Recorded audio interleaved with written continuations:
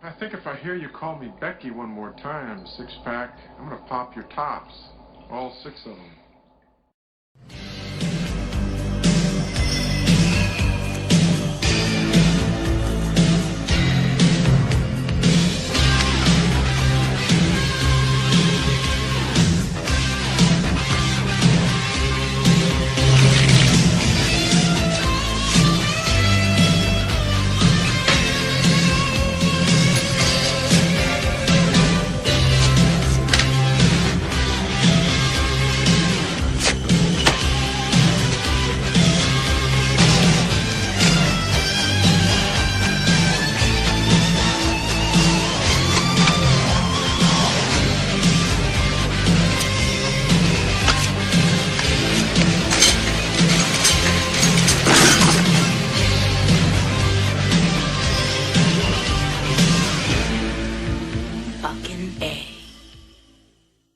Hey, this is Matt once again. Welcome back to another review.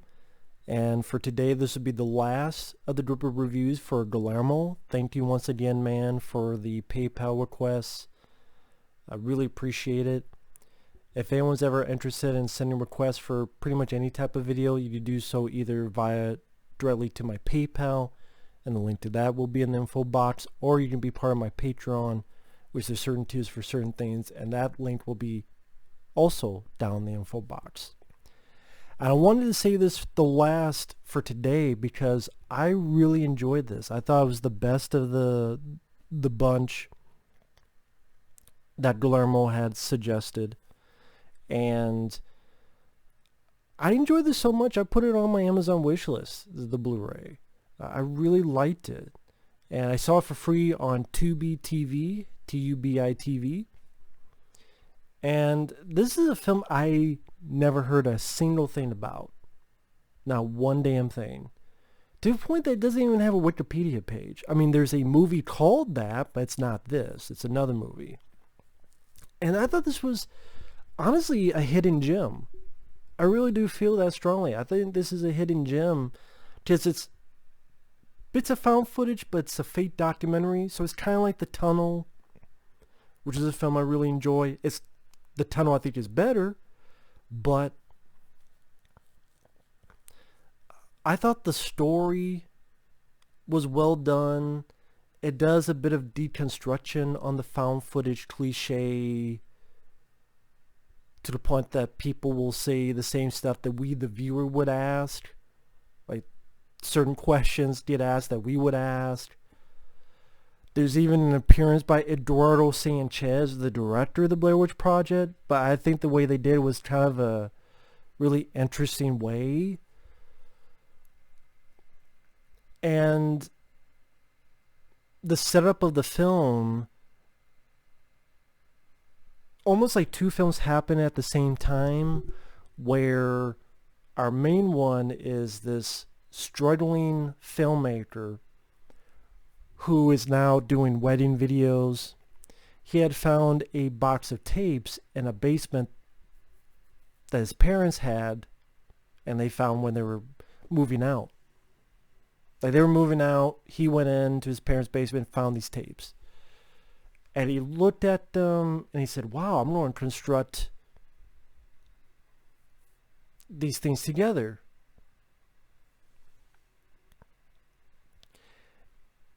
And so we'll go back to a documentary crew following this struggling filmmaker, as well as this struggling filmmaker working on this found footage. Now the found footage portion is about this guy and girl that went missing because they were doing a documentary. This is a documentary within a documentary on this. This sounds like something that would be a creepypasta. Something called the Peeping Tom, where they look down this tunnel for an hour and you can't blink. And if you do, then this figure, anytime you blink, will get closer and closer. And so it does this thing where I thought that legend was interesting and a bit creepy at parts, But you also have the the documentary crew filming this struggling filmmaker, and the interviewer is asking the filmmaker questions we would ask. Like, well, why are you doing this? Why are you utilizing this footage? Why don't you make your own movie?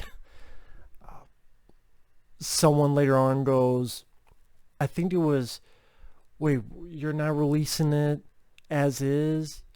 Why are you treating it like a movie and cleaning it up? That's what it is. Sorry, I had a brain fart there.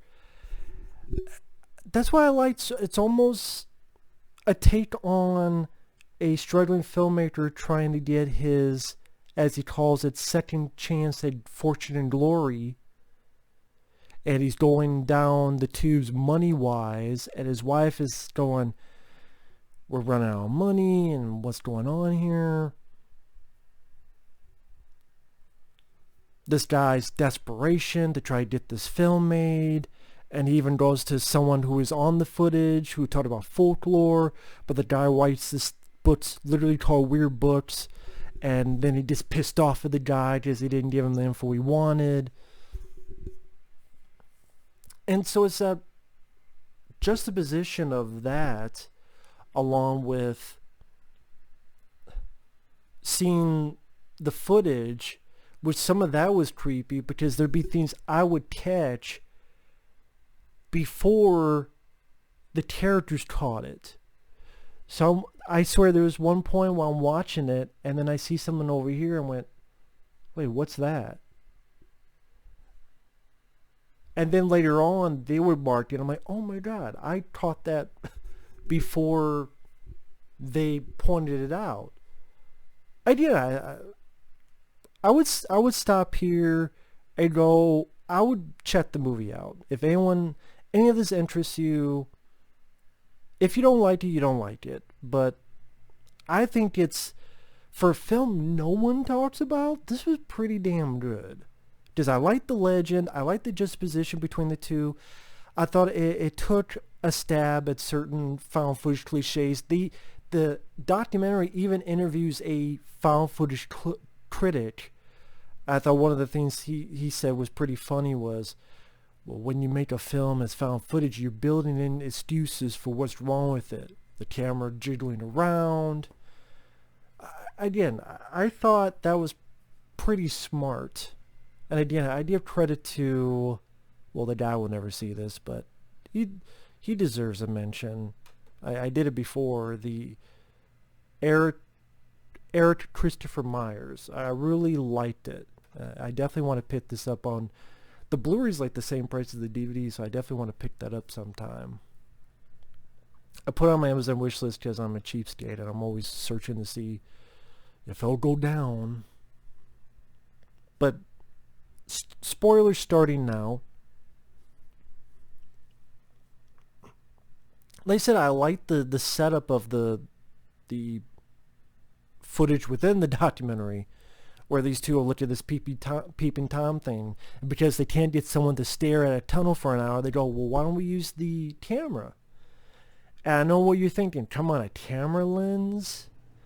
But one of the other, like the found footage critic or one of them actually says, what the hell, like, that's not gonna work. They actually comment on it when the documentary crew interviews the other people that looked at the footage of the filmmaker, and the filmmaker is so desperate for this to be real, and then other people are doubting it. And it does play off of, is this real?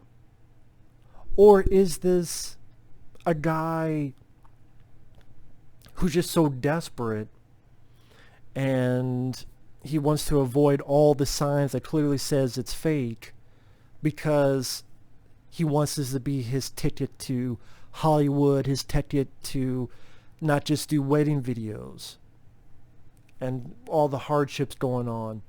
I think it does a good enough balance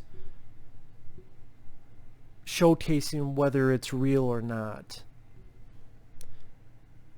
I mean, there's even a point I mentioned, Eduardo Sanchez, the guy's doing promotion on the radio, and the radio guy gets in touch for Eduardo Sanchez to call him and says, hey man, we kind of did this already, and but we didn't actually say it was real. You're saying this footage is real, and then the guy's going, but it is real, and you kind of feel bad for the guy.